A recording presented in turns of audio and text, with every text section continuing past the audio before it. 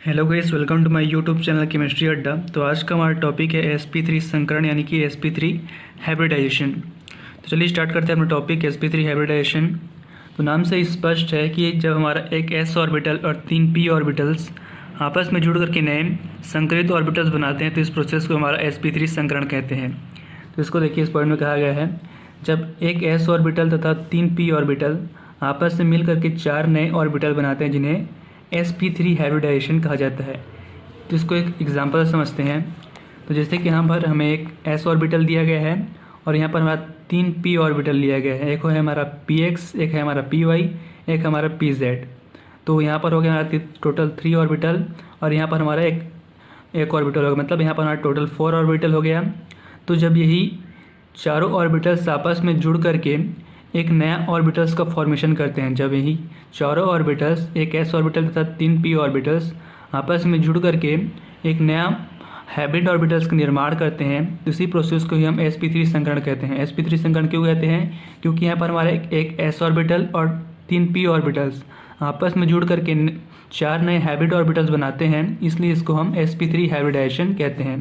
तो कुछ इस प्रकार से हमारा 4 नए sp3 हाइब्रिड ऑर्बिटल्स बन जाते हैं, जिसमें से यदि हम एक sp3 हाइब्रिड ऑर्बिटल की बात करें तो उसका एक लोब हमारा बड़ा होता है और एक लोब छोटा होता है। तो इसी प्रकार से हमारा टोटल 4 लोब्स बने हैं, जिसमें से एक लोब बड़ा है और एक लोब हमारा छोटा होता है। और ये प्रत्येक लोब एक दूसरे से 109 डिग्री 28 मिनट का क्या बनाते हैं? कोण बनाते हैं। ये प्रत्येक लोब एक दूसरे से 109 डिग्री 28 मिनट का कोण बनाते हैं। तो चलिए देखते हैं इसमें कुछ पॉइंट्स। इनकी आकृति चतुष्फलकीय होती है, इसलिए इसे टेट्राहेड्रल हाइब्रिडेशन भी कहते हैं। तो इनकी आकृति, क्योंकि हमारा 4sp3 हाइब्रिड ऑर्बिटल्स बना है, तो इनकी जो आकृति है देखिए एक चतुष्फलकीय आकृति की होती है, इसलिए इसको हम चतुष्फलकीय यानी कि टेट्राहेड्रल हाइब्रिडेशन भी कहते हैं।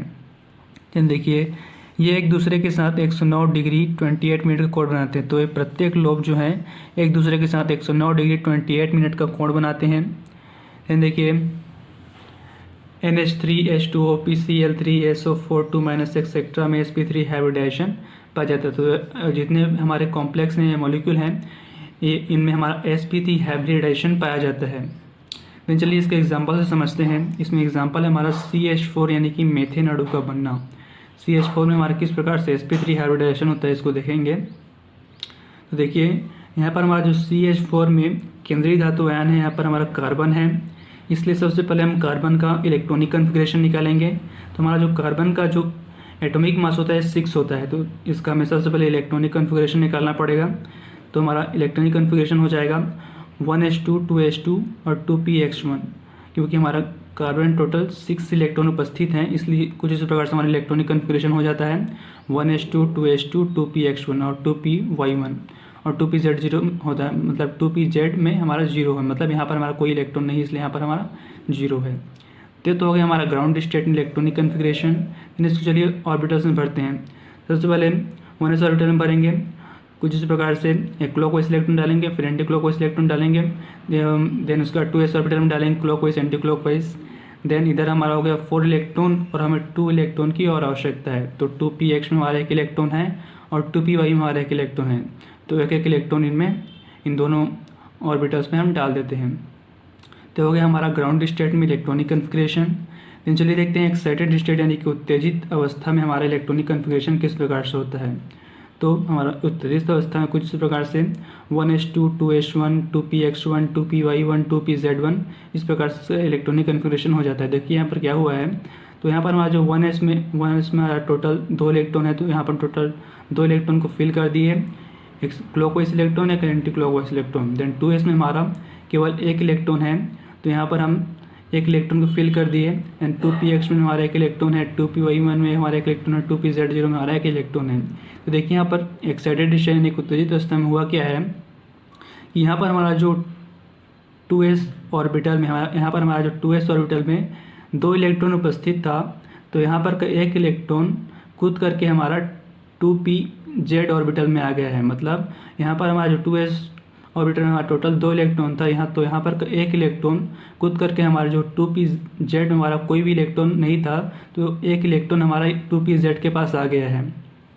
तो कुछ इस प्रकार से हमारा उत्तेजित अवस्था में इलेक्ट्रॉनिक कन्फिग्रेशन हो जाता है। हमारा ग्राउंड स्टेट में जहाँ 2s ऑर्बिटल 2 इलेक्ट्रॉन था, इसका एक इलेक्ट्रॉन कूद करके हमारा 2pz ऑर्बिटल में आ जाता है कुछ इस प्रकार से, तो हो जाता है हमारा एक्साइटेड स्टेट में इलेक्ट्रॉनिक कन्फिग्रेशन यानी कि इलेक्ट्रॉनिक विन्यास। देन देखिए हमारा एक्साइटेड स्टेट में कुछ इस प्रकार से इलेक्ट्रॉनिक कन्फिग्रेशन हुआ। यह हो गया हमारा 1s का, जिसमें 2 इलेक्ट्रॉन थे, जन 2s में हमारा सिंगल इलेक्ट्रॉन आ गया। देन हमारा 2px 2py 2pz में हमारा सिंगल इलेक्ट्रॉन इस प्रकार से आ जाते हैं। तो हाइब्रिडाइजेशन में होता क्या है, जब 2 या 2 से अधिक हमारे समान ऊर्जा वाले ऑर्बिटल्स तथा उनमें सिंगल इलेक्ट्रॉन उपस्थित हों, 2 या 2 से अधिक समान ऊर्जा वाले ऑर्बिटल्स तथा उनमें हमारा सिंगल इलेक्ट्रॉन उपस्थित हों, तो इस प्रकार के ऑर्बिटल्स में होता क्या है, इस प्रकार के ऑर्बिटल्स आपस में जुड़ करके नए हाइब्रिड ऑर्बिटल यानी कि नए संकरित कक्षक का निर्माण करते हैं। तो यहाँ पर भी देखिए हमारे समान ऊर्जा वाले ऑर्बिटल हैं, सभी की ऊर्जा देखिए 2 है, तो यही समान ऊर्जा वाले ऑर्बिटल्स हैं तथा इनके ऑर्बिटल्स में हमारा सिंगल इलेक्ट्रॉन उपस्थित हैं। तो इन्हीं के कारण हमारा ये ऑर्बिटल्स आपस में जुड़ करके नए हाइब्रिड ऑर्बिटल्स बनाते हैं, क्योंकि यहाँ पर हमारा टोटल 4 ऑर्बिटल है। ये हो गया हमारा फर्स्ट ऑर्बिटल और इधर हमारा टोटल 3 ऑर्बिटल है, यानी कि हमारा टोटल 4 ऑर्बिटल है। तो ये 4 ऑर्बिटल आपस में जुड़ करके नए 4 हाइब्रिड ऑर्बिटल, नए 4 संकरित कक्षक का निर्माण करते हैं। मतलब जितने हाइब्रिड ऑर्बिटल्स यहाँ पर भाग ले रहे हैं उतनी संख्या हमारे नए क्या संकरित कक्षक का निर्माण हो रहा है। तो यहाँ पर हमारा टोटल 4 हाइब्रिड मतलब 4 ऑर्बिटल्स भाग ले रहे हैं संकरण में, तो हमारा टोटल 4 sp3 हाइब्रिड ऑर्बिटल्स का निर्माण हो रहा है। कुछ इस प्रकार से हमारा 4 sp3 हाइब्रिड ऑर्बिटल का निर्माण हो जाता है। देन देखिए इसका आकृति को देखते हैं। तो यहाँ पर एक s ऑर्बिटल है और हमारा 3 p ऑर्बिटल है, px py और pz। तो यही जब हमारा एक s ऑर्बिटल और 3 p ऑर्बिटल टोटल 4 ऑर्बिटल्स आपस में जुड़ करके नए हाइब्रिड ऑर्बिटल्स बनाते हैं, तो इसी प्रोसेस को हम sp3 हाइब्रिडाइजेशन कहते हैं। तो यहाँ पर कुछ इस प्रकार से इसकी संरचना बन जाती है और इस प्रकार से इनमें सिंगल इलेक्ट्रॉन उपस्थित होता है। टोटल हमारा 4 sp3 हाइब्रिड ऑर्बिटल्स का निर्माण होता है और इनमें हमारा सिंगल कुछ इस प्रकार से इलेक्ट्रॉन उपस्थित होते हैं और प्रत्येक लोग एक दूसरे से 109 डिग्री 28 मिनट का कोण बनाते हैं। लेकिन देखिए यहाँ पर हम क्योंकि CH4 यानी कि मीथेन अणु का एग्जाम्पल लिए थे, तो यहाँ पर देखिए हमारा CH4 में sp3 हाइब्रिडाइजेशन किस प्रकार से होता है। तो यहाँ पर हमारा जो ये निकला है हमारा कार्बन के लिए क्या है, sp3 हाइब्रिडाइजेशन निकला है। यहाँ पर हमारा जो CH4 में केंद्रीय धातु आयन था कार्बन, उसके लिए यहाँ पर हम हाइब्रिडाइजेशन निकाले हैं, क्योंकि यहाँ पर हम CH4 में हम sp3 हाइब्रिडाइजेशन देख रहे हैं। तो देखिए CH4 में किस प्रकार से हमारा sp3 हाइब्रिडाइजेशन होता है। तो यहाँ पर हमारा CH4 में केंद्रीय धातु आयन कार्बन है, तो यहाँ पर जैसे कि हम कार्बन के लिए मतलब हाइब्रिडाइजेशन निकाले थे, तो इस प्रकार से हमारा केंद्र में रखे हैं कार्बन को, मतलब 1 2 3 4 हमारा जो है कार्बन है और इसके साथ देखिए हाइड्रोजन का 4 एटम जुड़ा हुआ है, इसके साथ हाइड्रोजन का 4 एटम जुड़ा हुआ है। तो इसी प्रकार से हम इस कार्बन के साथ हाइड्रोजन के 4 एटम को इस प्रकार से जोड़ देते हैं। कुछ इस प्रकार से हाइड्रोजन के हमारा जो 4 एटम है इस कार्बन के साथ आकर के जुड़ जाते हैं, इस कार्बन के साथ आकर के सिग्मा बॉन्ड बना लेते हैं कुछ इस प्रकार से। देखिए यहाँ पर टोटल हमारा 4 ऑर्बिटल्स हैं 1 2 3 4, यानी कि यहाँ पर हमारा टोटल sp3 हाइब्रिडाइजेशन हो रहा है। देखिए CH4 की आकृति चतुष्फलक की होती है। तो ये हमारा जो CH4 बना है, CH4 जो है हमारे अणु है, इसके एग्जाम्पल लिए हैं, इसकी आकृति चतुष्फलक की देखिए यानी कि टेट्राहेड्रल शेप के हैं। टोटल 4 ऑर्बिटल्स है ना, इसलिए इसकी आकृति जो है हमारी चतुष्फलक की होती है। हाइड्रोजन एटम्स के साथ सिग्मा बॉन्ड बना लेते हैं। तो हमारा जो कार्बन है ये हाइड्रोजन एटम के साथ सिग्मा बॉन्ड का निर्माण कर लेते हैं। तो हो गया गाइस हमारा sp3 हाइब्रिडाइजेशन यानी कि sp3 संकरण। इसमें हुआ क्या, जब हमारा एक s ऑर्बिटल और 3 p ऑर्बिटल्स आपस में जुड़ करके 4 नए हाइब्रिड ऑर्बिटल्स बनाते हैं, उसी प्रोसेस को हम sp3 संकरण कहते हैं। तो चलिए देखते हैं अपना सेकेंड sp2 हाइब्रिडाइजेशन। इसमें भी नाम से भी स्पष्ट है गाइस, जब हमारा एक s ऑर्बिटल और 2 p ऑर्बिटल्स आपस में जुड़ करके उतने ही समान ऊर्जा वाले 3 नए हाइब्रिड ऑर्बिटल्स का निर्माण करते हैं, तो यह प्रोसेस हमारा sp2 संकरण कहलाता है। देखिए यहाँ पर जब हमारा एक s ऑर्बिटल और 2 p ऑर्बिटल्स परस्पर मिश्रित होकर 3 नए समान ऑर्बिटल्स बनाते हैं जिनकी ऊर्जा भी समान होती है, तो यह प्रोसेस sp2 संकरण कहलाता है। तो यहाँ पर जब वही कहा गया कि जब एक s ऑर्बिटल और 2 p ऑर्बिटल्स आपस में जुड़ करके नए समान ऑर्बिटल्स बनाते हैं जिनकी ऊर्जा भी समान होती है, तो यह प्रोसेस हमारा sp2 संकरण कहलाती है। तो इसको भी एग्जाम्पल समझते हैं। जब हमारा एक s ऑर्बिटल तथा दो p ऑर्बिटल, एक pz ऑर्बिटल लिया गया है और px ऑर्बिटल लिया गया है, ये दोनों ऑर्बिटल्स जब आपस में जुड़ करके एक नया हाइब्रिड ऑर्बिटल यानी कि एक नया संकरित कक्षक का निर्माण करते हैं, तो यह प्रोसेस हमारा हाइब्रिड sp2 संकरण कहलाती है। तो देखिए, जब हमारा एक s ऑर्बिटल तथा दो p ऑर्बिटल्स आपस में जुड़ करके तीन नए हाइब्रिड ऑर्बिटल बनाते हैं, तो कुछ इस प्रकार से आकृति बनती है, जिसमें फिर से हमारा एक लोब बड़ा होता है और एक लोब हमारा छोटा होता है। तो कुछ इस प्रकार से हमारा sp3 हाइब्रिडेशन होता है, और जो प्रत्येक लोब जो है एक दूसरे से 120 डिग्री अंश का कोण बनाते हैं। ठीक है जी। तो देखिए, ये एक दूसरे के साथ 120 डिग्री अंश का कोण बनाते हैं। इसे त्रिकोणीय यानी कि ट्रायंगुलर हाइब्रिडेशन भी कहते हैं। तो देखिए, इनकी आकृति ट्रायंगुलर यानी कि त्रिकोण के समान, इसलिए इसको हम ट्रायंगुलर हाइब्रिडेशन भी कहते हैं। तो चलिए, इस sp2 हाइब्रिडेशन में हम एग्जांपल से समझते हैं। यहाँ पर लिया गया है BCl3 मॉलिक्यूल का बनना हमारे sp3 हाइब्रिडेशन में। किस प्रकार से BCl3 मॉलिक्यूल का निर्माण होता है इसको देखेंगे। तो यहाँ पर BCl3 मॉलिक्यूल हमारा केंद्रीय धातु आयन है बोरोन। तो हमारा जो बोरोन का एटॉमिक मास होता है वो 5 होता है। तो सबसे पहले हम बोरोन का इलेक्ट्रॉनिक कन्फिग्रेशन निकालेंगे। तो हमारा बोरोन का एटॉमिक मास टोटल 5 होता है, तो हमारा इलेक्ट्रॉनिक कन्फिग्रेशन कुछ इस प्रकार से हो जाएगा 1s2 2s2 और 2px1। देन चलिए इसको ऑर्बिटल्स में भरते हैं।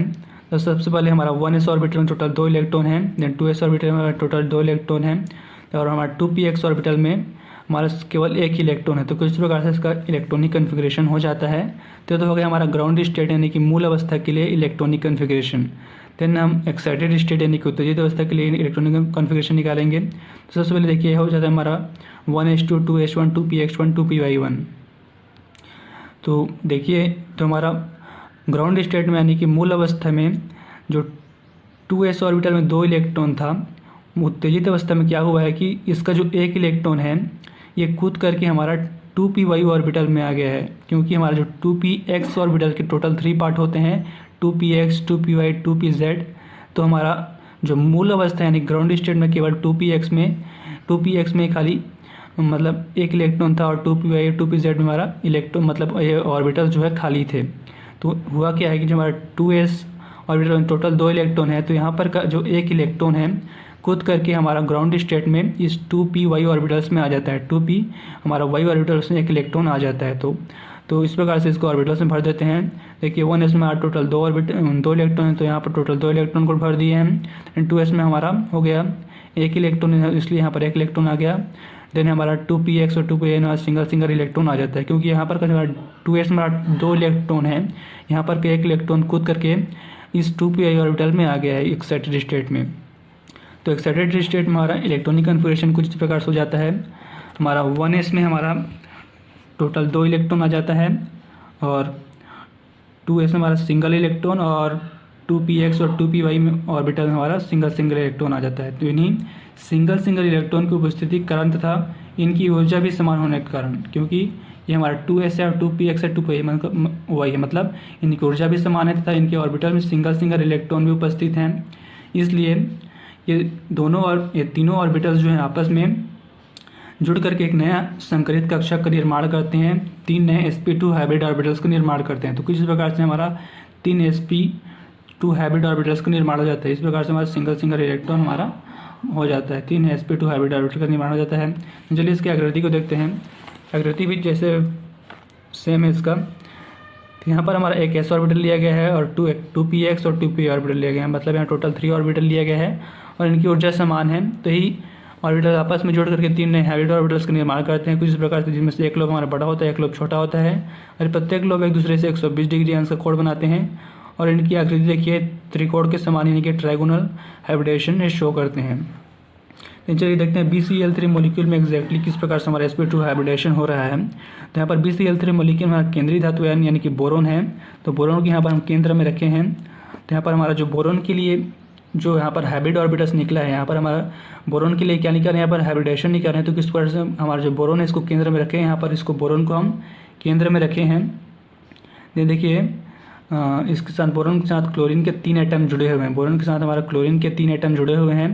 तो क्लोरीन में हमारा p ऑर्बिटल्स पाया जाता है और इन क्लोरीन के p ऑर्बिटल्स हमारा सिंगल इलेक्ट्रॉन उपस्थित होता है। और हमारा बोरोन का जो हाइब्रिडेशन हुआ है इनमें हमारा सिंगल इलेक्ट्रॉन उपस्थित है।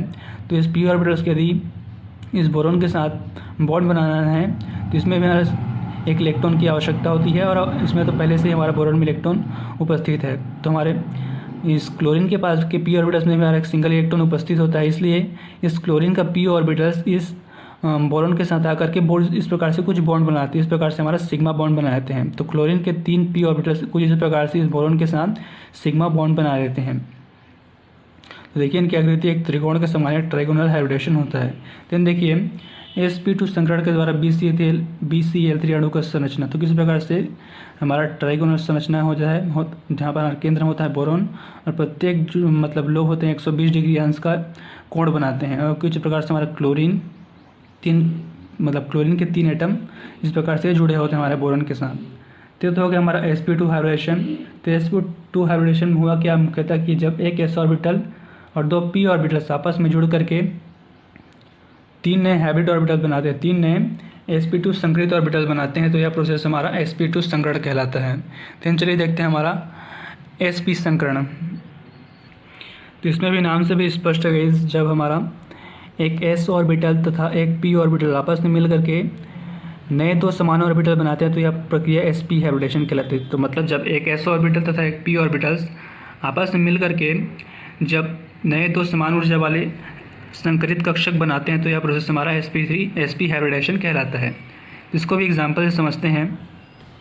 देखिए जब हमारा एक s ऑर्बिटल तथा एक p ऑर्बिटल तथा एक p ऑर्बिटल आपस में जुड़ करके एक नया 2 नए संकरित कक्षक का निर्माण करते हैं। जब हमारा एक s ऑर्बिटल तथा एक p ऑर्बिटल आपस में जुड़ करके 2 नए संकरित कक्षक का निर्माण करते हैं, क्योंकि यहाँ पर टोटल 2 ऑर्बिटल भाग ले रहे हैं इसलिए हमारा टोटल 2 ऑर्बिटल्स का निर्माण हो रहा है। मतलब जितनी संख्या हमारे ऑर्बिटल्स भाग लेते हैं उतनी संख्या हमारे संकरित कक्षक का निर्माण होता है। तो जब हमारे एक s ऑर्बिटल और p ऑर्बिटल आपस में जुड़ कर नए 2 संकरित कक्षक का निर्माण करते हैं तो हमारा इस प्रकार का जो संकरण होता है हमारा sp संकरण कहलाता है। तो किस प्रकार से हमारा 2 संकरित कक्षक बन जाते हैं जिसमें से हमारा 2 लोब बड़ा होता है और 2 लोब छोटा होता है और प्रत्येक लोब एक दूसरे से 180 डिग्री अंश का कोण बनाते हैं। देखिए ये एक दूसरे के साथ 180 डिग्री अंश का कोण बनाते हैं।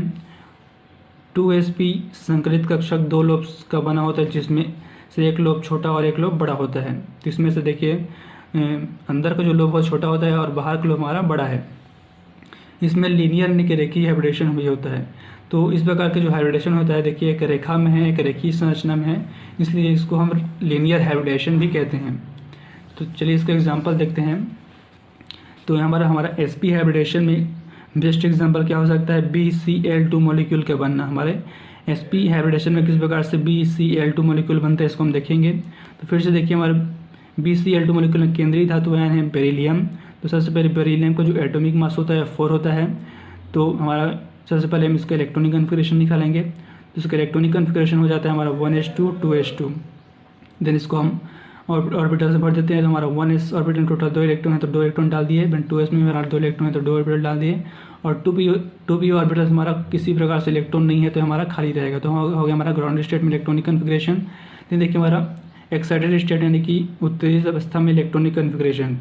तो हमारे पर हो जाता है हमारा 1s2 2s1 2pa1। तो देखिए यहाँ पर फिर से देखिए हमारा 2s ऑर्बिटल जो 2 इलेक्ट्रॉन था इसका एक इलेक्ट्रॉन कूद करके उत्तेजित अवस्था के 2px ऑर्बिटल में आ गया है। इस 2s ऑर्बिटल में 2 इलेक्ट्रॉन था, इस उत्तेजित अवस्था में इसका जो एक इलेक्ट्रॉन है कूद करके इस 2p ऑर्बिटल के फर्स्ट पार्ट में यहाँ पर आ गया यानी कि 2px ऑर्बिटल में आ गया है।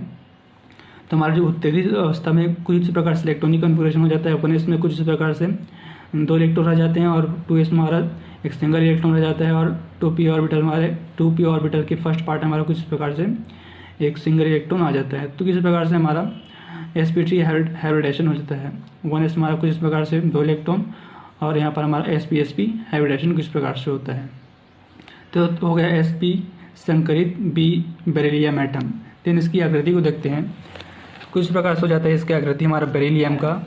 एक हमारा 2s ऑर्बिटल और 2p ऑर्बिटल्स आपस में जुड़ करके 2 नए sp संकरित कक्षक ऑर्बिटल 2 नए sp हाइब्रिड ऑर्बिटल का निर्माण करते हैं। जब हमारा 2s और 2p ऑर्बिटल्स आपस में जुड़ करके 2 संकरित कक्षक का निर्माण करते हैं। तो हो गया हमारा बेरिलियम का हाइब्रिडेशन। हमारा बेरिलियम के यहाँ पर हम हाइब्रिडेशन यानी कि संकरण निकाले हैं। देन चलिए देखते हैं हमारा, क्योंकि हम BCl2 मॉलिक्यूल का एग्जांपल लिए थे, तो हम BCl2 मॉलिक्यूल में किस प्रकार से sp हाइब्रिडाइजेशन होता है उसको देखेंगे। तो देखिए यहाँ पर हमारा केंद्र में है बेरिलियम। यहाँ पर हमारा जो बेरिलियम का हाइब्रिडाइजेशन निकला था, इसको हम केंद्र में रखे हैं 2sp हाइब्रिड ऑर्बिटल्स, और इनमें हमारा सिंगल इलेक्ट्रॉन उपस्थित है, सिंगल इलेक्ट्रॉन उपस्थित हैं और इनका चक्रण विपरीत दिशा में है। ठीक है गाइस। तो देखिए यहाँ पर क्लोरीन का 2 एटम जुड़ा हुआ है, तो यहाँ पर हमारा क्लोरीन का 3pz ऑर्बिटल यहाँ पर आ जाता है, और इस क्लोरीन के 3pz ऑर्बिटल में इनमें भी हमारा सिंगल इलेक्ट्रॉन उपस्थित होता है। तो इन्हीं सिंगल इलेक्ट्रॉन की उपस्थिति के कारण यही हमारा जो बेरिलियम के जो एटम है इसके साथ एक बॉन्ड का निर्माण कर लेते हैं। तो पहले से हमारा जो बेरिलियम एटम है इसमें हमारा सिंगल इलेक्ट्रॉन उपस्थित था, क्योंकि सिंगल इलेक्ट्रॉन्स के जुड़ने के कारण ही तो हमारा sp हाइब्रिड ऑर्बिटल का निर्माण होता है। इसलिए यहाँ पर हमारा sp हाइब्रिड ऑर्बिटल हमारा सिंगल इलेक्ट्रॉन उपस्थित है। तो इसके साथ किसी भी एटम को बॉन्ड बनाना है तो उनमें भी सिंगल इलेक्ट्रॉन उपस्थित होने चाहिए, तभी इनके साथ ये बॉन्ड बना पाएगा। तो हमारा जो क्लोरीन के 3p ऑर्बिटल में हमारा सिंगल इलेक्ट्रॉन उपस्थित होता है, तो ये दोनों ऑर्बिटल आपस में इसके साथ क्या सिग्मा बॉन्ड का निर्माण कर लेते हैं। इस प्रकार से हमारा ये दोनों जो ऑर्बिटल होते हैं आपस में इस बेरिलियम के साथ सिग्मा बॉन्ड का निर्माण कर लेते हैं। तो किस प्रकार से हमारा सिग्मा बॉन्ड का निर्माण कर लेते हैं, जहाँ पर केंद्र में होता है बेरिलियम और क्लोरीन के 2 एटम इस प्रकार से जुड़े होते हैं। देखिए तो इनकी जो आकृति है एक लीनियर है, मतलब एक रेखीय संरचना में जुड़े हुए हैं। ये जो हमारे बेरिलियम के साथ क्लोरीन के 2 एटम जुड़े हुए हैं एक रेखीय संरचना में जुड़े हुए हैं। प्रत्येक मतलब ये जो प्रत्येक क्लोरीन के एटम है एक दूसरे से 180 डिग्री अंश का कोण बना रहे हैं। देन देखिए इसको यहाँ पर फिर से केंद्र में बेरिलियम को लिया गया है और यहाँ पर क्लोरीन के 3pz ऑर्बिटल को लिया गया है। तो यहाँ पर जो है हमारा 3pz ऑर्बिटल है क्लोरीन का, ये दोनों, और 3pz ऑर्बिटल क्लोरीन के जो ऑर्बिटल है इस बेरिलियम के साथ जुड़े हैं, क्योंकि इनके px और p ऑर्बिटल पहले से मतलब फुल इलेक्ट्रॉन मतलब 2 इलेक्ट्रॉन उपस्थित हैं। इसलिए ये जो 2 ऑर्बिटल्स हैं मतलब ये ऑर्बिटल इसके साथ बॉन्ड नहीं बना पाते हैं, क्योंकि 3pz ऑर्बिटल में क्लोरीन के सिंगल इलेक्ट्रॉन उपस्थित होते हैं। इसलिए इस बेरिलियम के साथ क्या है आसानी से सिग्मा बॉन्ड का निर्माण कर लेते हैं, और इनकी आकृति देखिए एक रेखीय संरचना में है, इसलिए हम इसको लीनियर हाइब्रिडाइजेशन भी कहते हैं। तो देखिए यह हाइब्रिड ऑर्बिटल क्लोरीन के 2 परमाणु के 3pz ऑर्बिटल के समाक्षेत्री यौगन करके 2 sp सिग्मा बॉन्ड बनाए। तो कुछ प्रकार से हमारा sp और सिग्मा बॉन्ड का निर्माण कर लेते हैं। दोनों बॉन्ड के बीच 180 डिग्री का कोण होता है। तो हमारा जो बॉन्ड बना है कुछ प्रकार से 180 डिग्री अंश का ये कोण बनाते हैं एक दूसरे के साथ। BCl2 का अणु रेखीय होता है हमारा, देखिए इनकी आकृति एक रेखीय संरचना में होती है, इसलिए इसको हम लीनियर हाइब्रिडाइजेशन भी कहते हैं। तो ये था गाइस आज का हमारा टॉपिक, टाइप्स ऑफ हाइब्रिडाइजेशन देखा। इसमें हमने सबसे पहले देखा sp3 हाइब्रिडाइजेशन, देन देखा हमने sp2 हाइब्रिडाइजेशन, देन देखा हमने sp हाइब्रिडाइजेशन। तो काफ़ी इजी स्टेप्स में समझाने की कोशिश किया हूँ गाइस। तो वीडियो पसंद आया होगा तो गाइस लाइक, सब्सक्राइब और शेयर जरूर करें। Thank you guys.